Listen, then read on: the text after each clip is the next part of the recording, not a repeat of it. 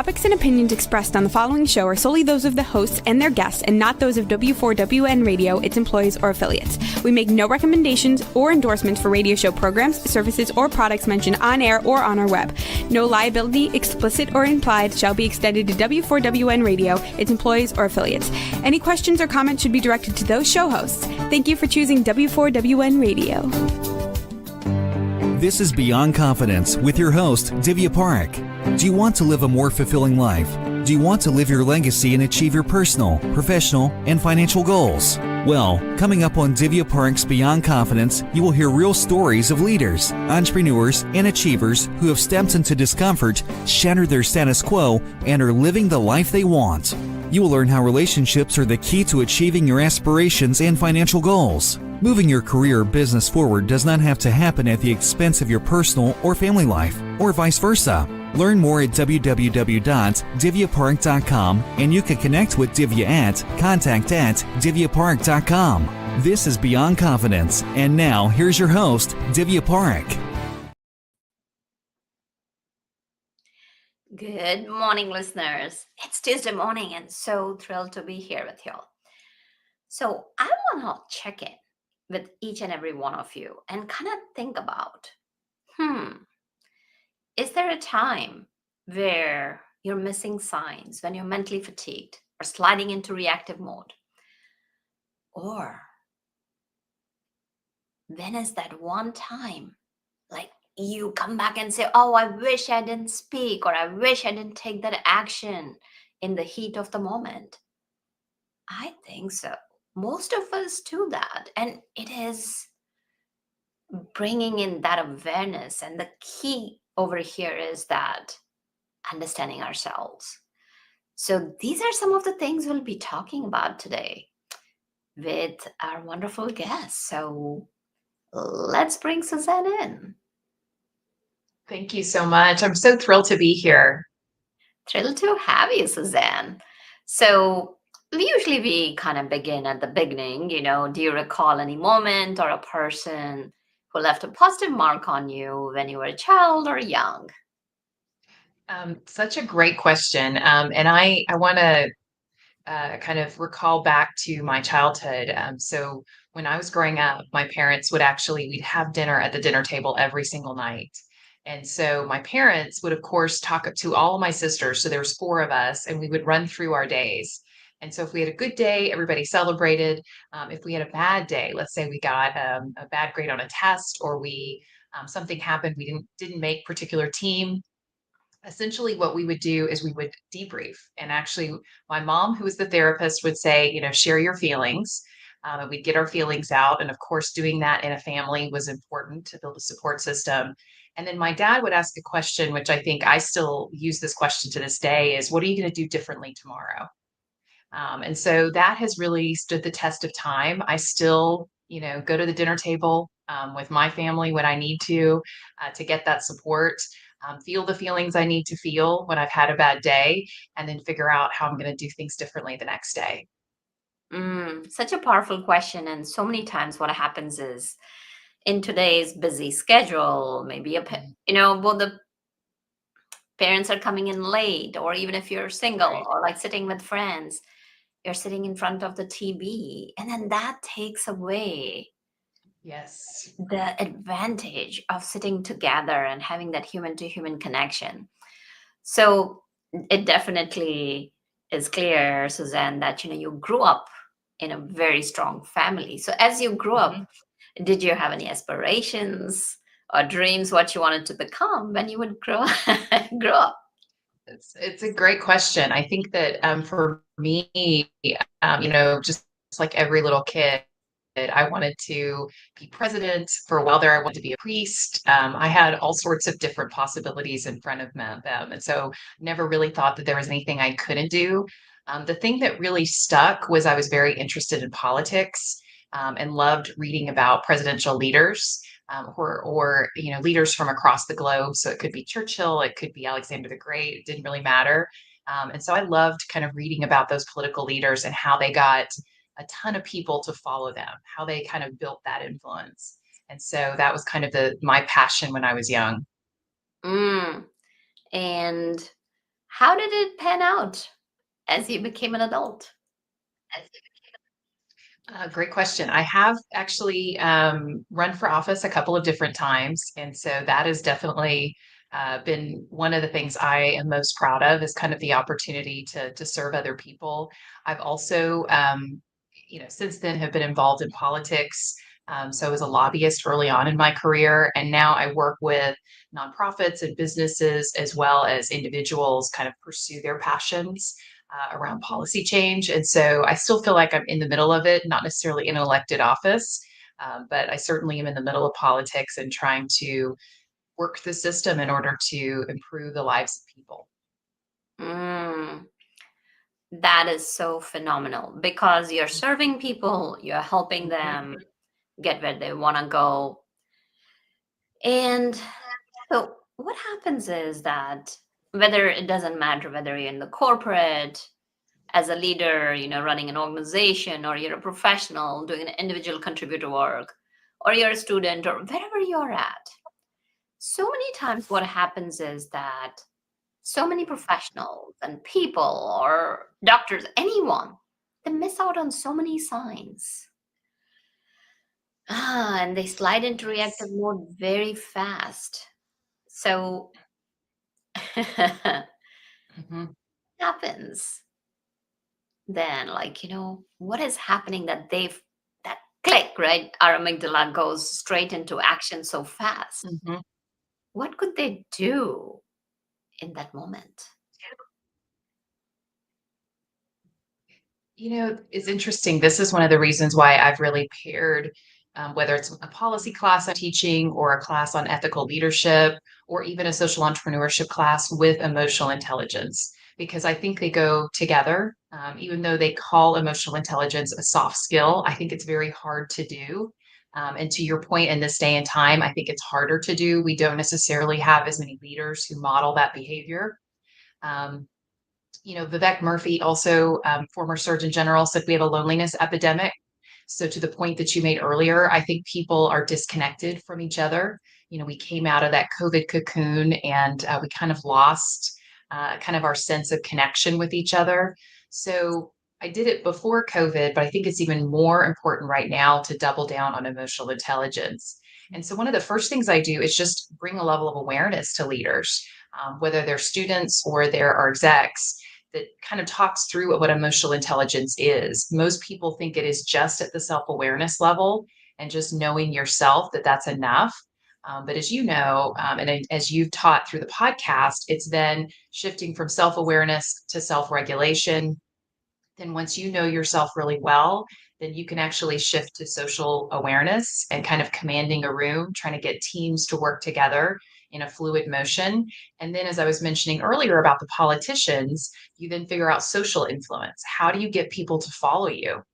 How do you have a good Mm, idea? How do you communicate it? How do you build buy-in so that other people want to follow you? And so all those things kind of are a roadmap, I think, for any leader to get to closer to who they're supposed to be, their purpose in life. And so mhm, that's why I teach it in pretty much every class and really help people at least get farther along on their journey towards greater emotional intelligence. mhm. So you've talked about being in politics, helping other people. What led you to becoming a professor? I come from a long line of teachers. So both of my parents, a number of my aunts were teachers. So Mm. I come from a long line of educators. It's really where I come alive in the classroom. I also jokingly say it's my fountain of youth. So being around all these young people, millennials, Gen Zers, it definitely keeps me alive and keeps me connected to what's happening in the now. And so I love teaching. It's really one of my favorite things to do. It's my favorite place to be in front of a classroom. Yeah, no, definitely. And I can relate to it. I used to be in academia some time back, and when you see, as you're talking on the fountain of youth and the youngsters, right? Like the way they're looking at the world is so different than Hmm. people who are a little seasoned or people who may have a little disjointed perspective look at the. And of course, I'm not saying that youngsters are not jaded, or fear is not there, and yet there is just something different about Right. that curiosity and openness. So Mhm. when as we are talking about, you have worked with leaders, do you recall a time when self-awareness changed the outcome for them? So to me, self-awareness is really about having a direct connection to who you are, where your gifts are, and then how you want to apply them into that particular situation. And so the better you are at that, the more you're self-aware of where, your strengths are, where your blind spots are. We use a technique called Johari's window, so that you even are working on where your mysteries are.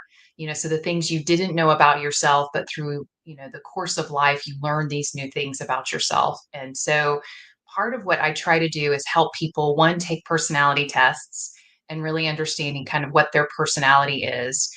The second thing is really understanding their triggers, knowing kind of what are some things that trigger them specifically, are kind of hard things that they specifically, cause them to react in ways that may be different than other people.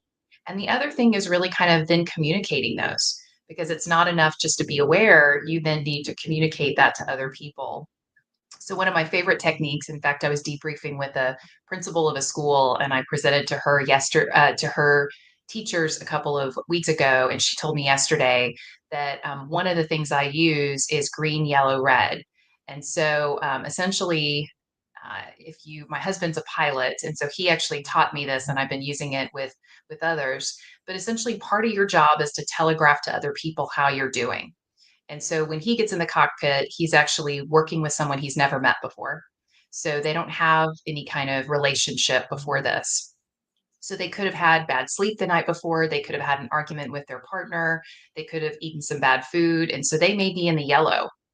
So that means he can't 100% depend on them to do their job because they're not in their best spot.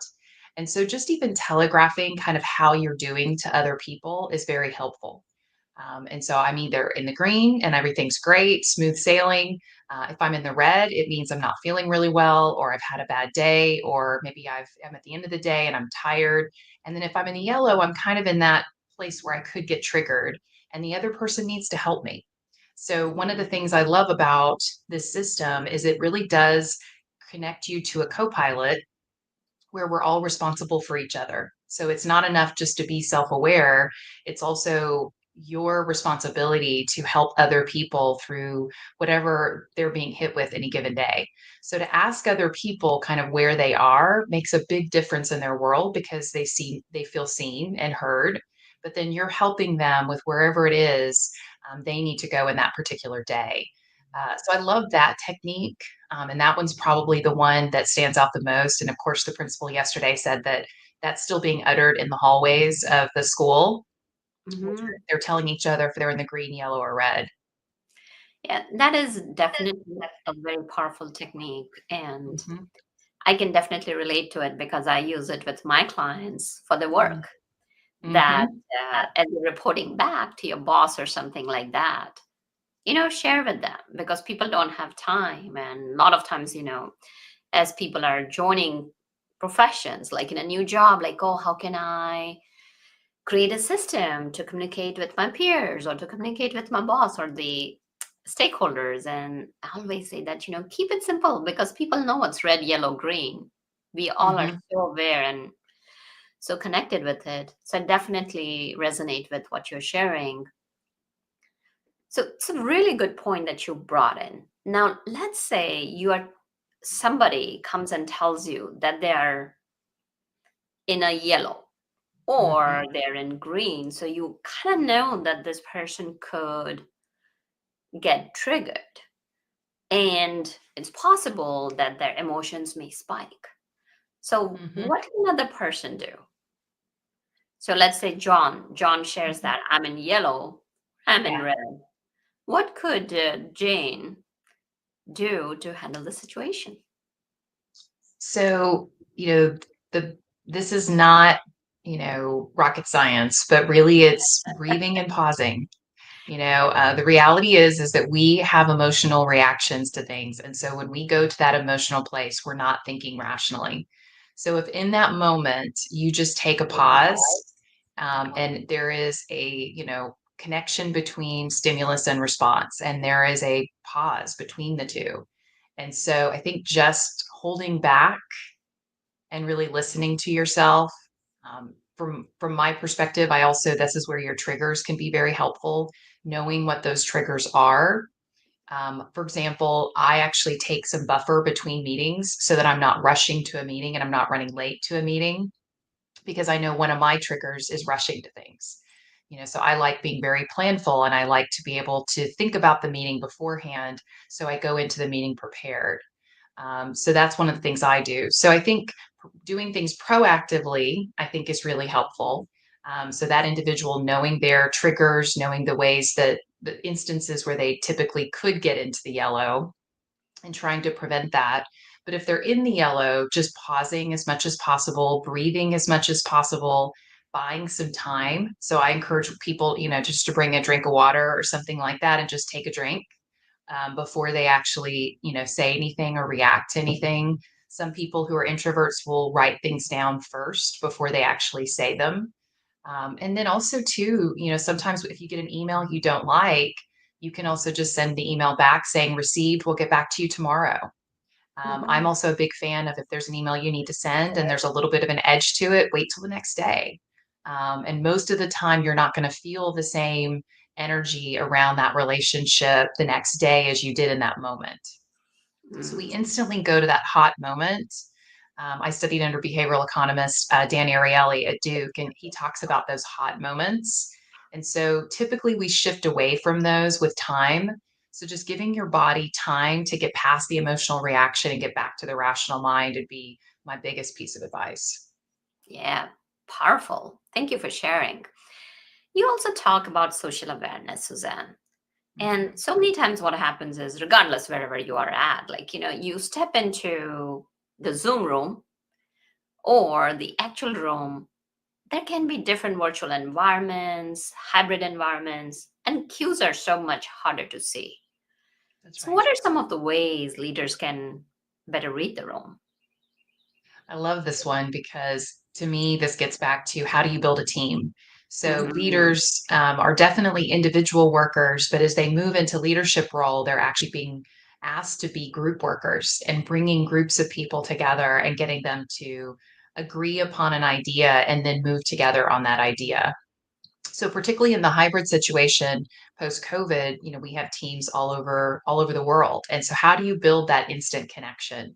So the first thing I always recommend to people is icebreakers. And I know people think they take too much time, but the reality is, kind of getting that early connection with people is very helpful.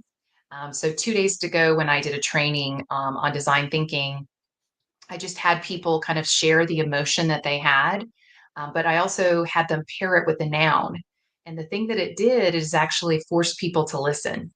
So, hi, I'm Suzanne, and I'm excited like electricity, or I'm sleepy like a bear. And it's interesting because you're connected to the adjective, and so you feel that emotion, but for whatever reason, connecting it to a noun, people pay more attention to it. And you hear giggles around the room, and you hear different things. And that kind of connection brings people together. And you actually feel it over Zoom as well. And then people are starting to use their emojis and they're connecting with people. And you just know that this person's tired, or because they have a baby. And so you're going to, be not as, requiring as much of them in that situation. Or if someone's really excitable because they're excited about this situation. And so I think a good icebreaker is a good way to go.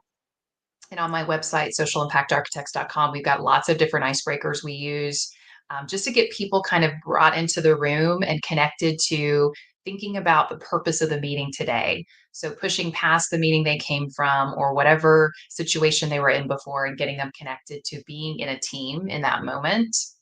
And then the second thing that we try to do is get people to participate. So the brainstorming process, so finding ways through design boards online, jam boards, getting people to connect with post-it notes, to get them involved in the conversation. And then a voting process. So how are they voting to make sure that the idea that is the best idea kind of wins out? And so using kind of group facilitation tools, and there's just as many online as there are in person, to really help people contribute to the group process and then feel like they now own that process because it's been something that they've worked on together as a team. Mm, love that, especially with the noun sneaky Uh-huh. in there. It just So what gives is yours today? What would your adjective and noun be? that's a really good thing. You're putting me in the hot seat. So here's what I would say.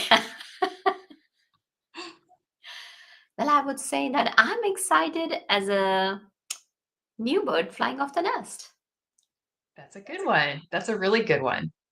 Because I love learning. And as you're talking about it, knowledge gets me excited. And it's not just about the knowledge, but it's like, how can I use? Because that's the beauty of these conversations. With every conversation, I'm growing and I'm learning, and then I'm able to pass that on to my clients or to my workshops and the teams that I work with. So that is beautiful. So now kind of think about it, right?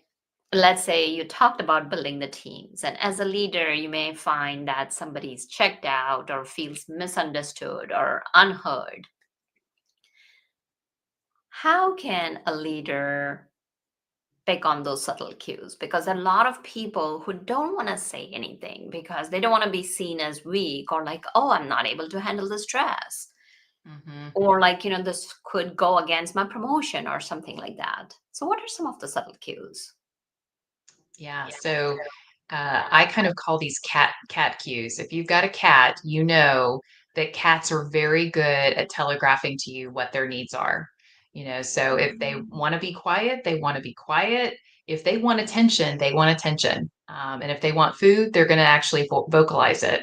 So I do think that for me, I pay attention to past behavior and, have they always been quiet? And so if they're always a quiet person, then it's really about trying to build kind of ways in that group process so that they can be heard. So, one of the things I do is I usually send the agenda out ahead of time. Most of those people like to process ahead of time. So, any activity that we're going to do, I'll kind of telegraph ahead of time like, this is the activity we're going to do. You're going to get some time in the meeting to actually think about it before you have to speak. But if they are unusually quiet, as an example, and they're coming into the room and they're quiet, to me that's really an opportunity to check in with them because they're probably in the red or the yellow. And so I probably would not poke the cat at that time. I probably would check in with them and just say, tell me what's going on for you. And it could be a situation that they have going on personally. It could be related to the process. Maybe they're in the minority view and they feel like the direction we're going is too fast or too slow. And so sometimes those cues I think are really helpful to remind me as a leader that everybody's input really matters. All the research and group process shows that the more diverse a group is, the better. But there is such a thing as groupthink, and people will all of a sudden get onto an idea, and you can have alignment almost too quickly. We call it go fever. In the entrepreneurial area, where you get this go fever, and you don't allow for outside voices. So Mhm. sometimes I'll also use techniques around devil's advocate. So making sure that any negative ideas or any challenging or risk ideas get to come into the room too, because it could be that that person's withdrawn because they don't feel like their voice is heard. And so I usually do it from a positive perspective and kind of make fun of it, saying what could go terribly wrong with this idea versus, tell me all the challenges. So I don't put that person in a role of being a negative Nancy, so to speak, and allow people to share like what could go wrong with this idea, um, or what are some of the key risks that we need to mitigate with this idea as a company or as an individual. So typically if someone's acting unusual in their behavior, I'll check in with them, but I'll also try to use group facilitation techniques to try to pinpoint kind of why they're different than normal. um, and so that's kind of my ways of kind of getting underneath the surface of what's going on. Yeah, it's very powerful because what you're doing is you're not just kind of putting them on spot that, hey, you're not feeling good, because that could lead them to making uncomfortable, versus you're just kind of checking in, Mhm. which creates that safe space for them to open up. Mhm. And as you're talking about, this is again, you're creating influence. Mhm. And influence is about alignment. Mhm. And when we talk about alignment, let's say you're in a tough meeting or a cross functional decision, and the emotions are running high. The room, whether it's Zoom room or real room, it's emotionally charged. So, what would that alignment look like in such a situation? So I think for me, it would be really mapping the room and understanding where people are on certain Mhm. elements of this, and allowing people to speak to whatever is concerning to them. Again, it's a group process. And so sometimes what I'll do is I'll ask them to put on a post-it note. Sometimes I'll also call a spade and have the tough conversation myself. If I feel like the room isn't moving, or I feel like the room needs an opportunity to kind of give voice. And so that's really what leaders do. It's not a comfortable situation sometimes. Leaders oftentimes have to, you know, push into the discomfort that the group is feeling, and really allow people to kind of share where their biggest concerns are. And so typically the groups I work with, they have ground rules, they have group processes already. And so part of what I'll push them back to is, we have a group process around, rumbling. And so rumbling is this idea that, we try to work through issues that we don't have agreement on. And so everybody gets a voice, everybody gets a chance to kind of share their view, and then really, coming to some type of a conclusion together. And so typically what I find in those situations is that people are just misjudging the situation, or they're moving towards feelings around things versus the facts. And so sometimes I'll also even call a timeout on the conversation and say, what are some of the big questions we have about this decision? And we're going to come back to it in a week. And let's gather more facts, because oftentimes people have disagreement more around the emotions of a decision versus the facts and the rational side. And that's usually where they're miscuing, is that different people have different facts. The CFO will look at it from a different fact base than a program staff member or the CEO will. And so if they each share the facts that they know, then oftentimes they'll understand where the conflict exists. Hmm. Absolutely. And so many times what happens is there can be some pushing and posturing. So, have you ever experienced a case where it was going on and you kind of like quietened the situation and you helped leaders build a buy-in? Yes. So that's actually one of the hallmarks of our strategic planning process, is really building a process where it's bottom up. So we are moving away from a more hierarchical structure where the top really decides things, to a structure where more people want to be part of the process. So I tell leaders right now that the Gen Z students I have, from day one, they believe they're a leader. And so Mhm. they want to be part of the process of building a strategic plan, building values, building a culture. And so inviting them to be part of the process, building a planning process that actually allows for input along the way. So that opportunity to brainstorm really big, and then over time kind of converge to where are we going to focus our time and energy, and really suggest the priorities for the organization, allows individuals to have had the opportunity to give input, see where the priorities oftentimes have had to make choices, the tension around not being able to do everything, and knowing that they're in the minority associated with certain things. Another technique that I use is fist to five. And I've been actually using this with policymakers too. And so it's fist to five. And so everybody in the room actually votes on where they are on the idea. So fist means I'm totally against it, I think it's terrible. And then you've got one and two, and they basically mean that I'm against it, I think it's a terrible idea. Three kind of means I'm in between, I'm not really sure. Four and five means I actually really support this idea. So what I often will do is have people give me a sense of where they are. And everybody has to vote with their hand. And we get a sense of, is there consensus in the room that it's a bad idea, or consensus in the room that there's a good idea? And so I check in with the minority view and say, tell me why you think this is a bad idea, or tell me why you think this is a good idea. And again, you're really talking about facts at that time. And so someone who thinks it's a bad idea may say, well, we've got 5 big priorities right now, and it is the end of 2025. How are we going to get them all done? And the CEO Mhm. can say, what are those 5 priorities? And let me shift some of them to 2026 then, because this thing is really important. So it's really getting to the heart of where the conflict is. And again, why people kind of feel the way they do, with the hope that you move the group to all 4s and 5s. And then you're moving the group process to a place where everybody intellectually and emotionally believe that the decision is the right decision for the organization. And you're not going to get everybody, but if you can at least get the majority in that direction, I think you can get to a good group process. Very powerful, Suzanne. And you talk about your 4-part EQ, which is the emotional intelligence Mhm. framework. Can you share with our listeners and audience very quickly about it? Yeah. So the first is kind of social, for you to think about it from a self perspective. And so you've got self awareness, and then you've got self regulation. And so those are kind of the baseline levels.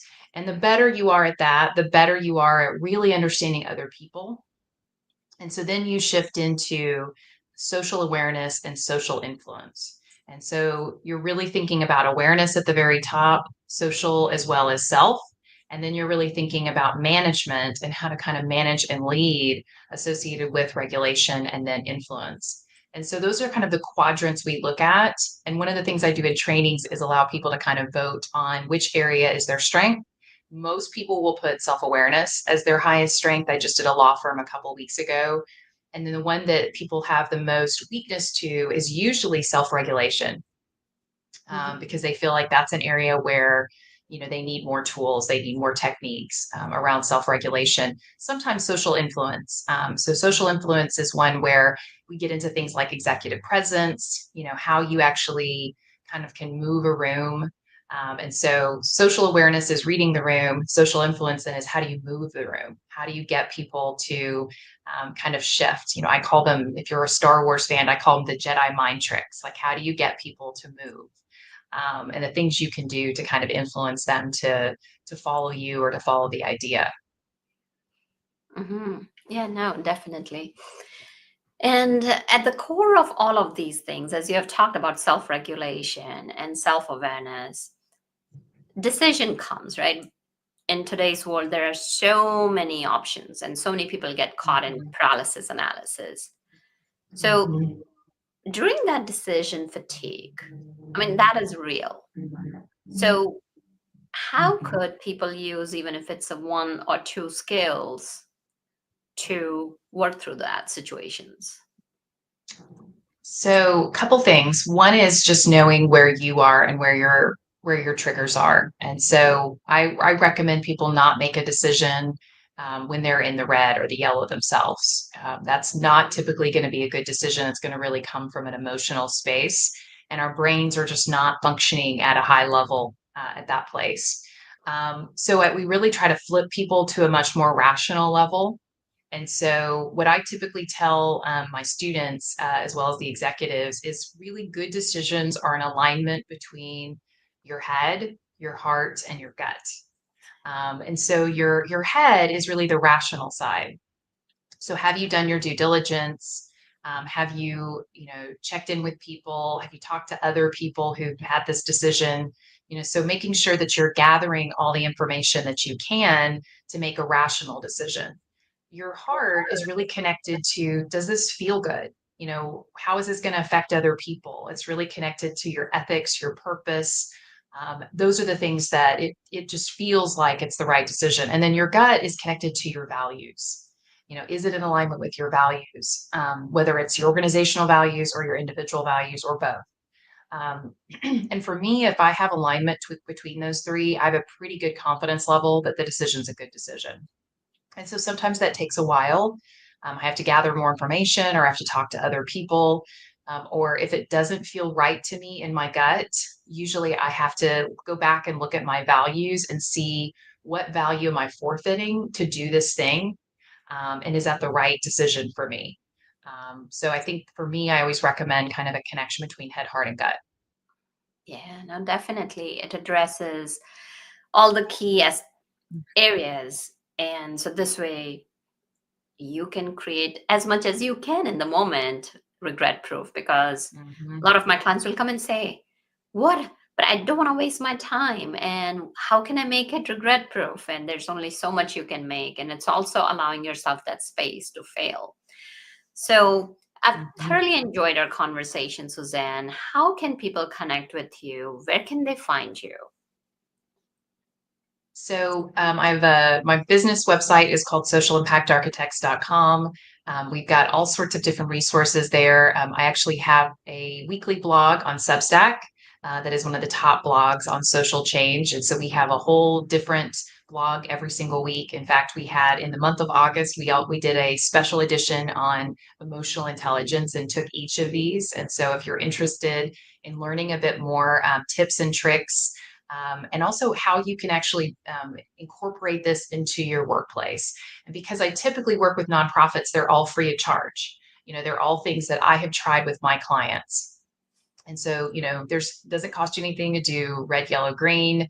It doesn't cost anything to do icebreakers. It doesn't cost anything to do kind of group facilitation.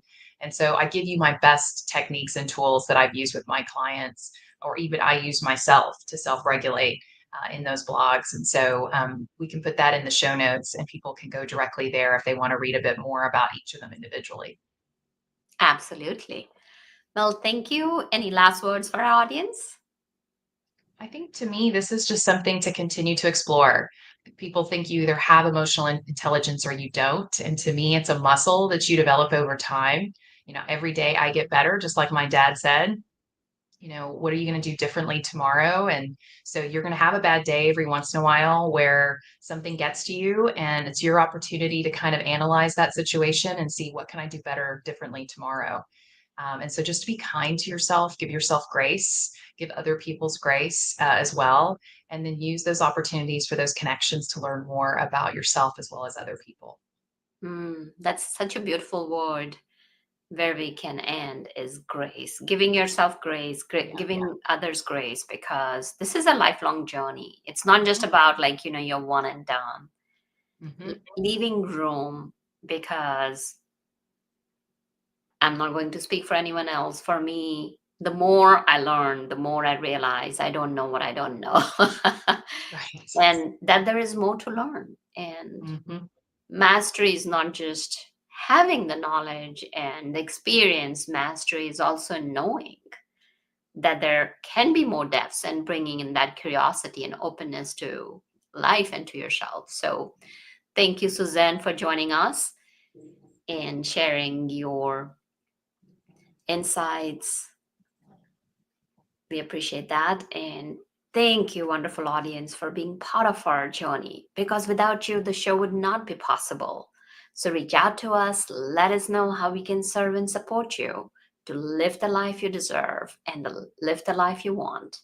And thank you, Juan, our tech wizard, for making the show possible. Take care and be well until next time. Thank you for being part of Beyond Confidence with your host, Divya Parekh. We hope you have learned more about how to start living the life you want. Each week on Beyond Confidence, you hear stories of real people who have experienced growth by overcoming their fears and building meaningful relationships. During Beyond Confidence, Divya Parekh shares what happened to her when she stepped out of her comfort zone to work directly with people across the globe. She not only coaches people how to form heart connections, but also transform relationships to mutually beneficial partnerships as they strive to live the life they want. If you are ready to live the life you want and leverage your strengths, learn more at www.divyaparekh.com. And you can connect with Divya at contact@divyaparekh.com. We look forward to you joining us next week.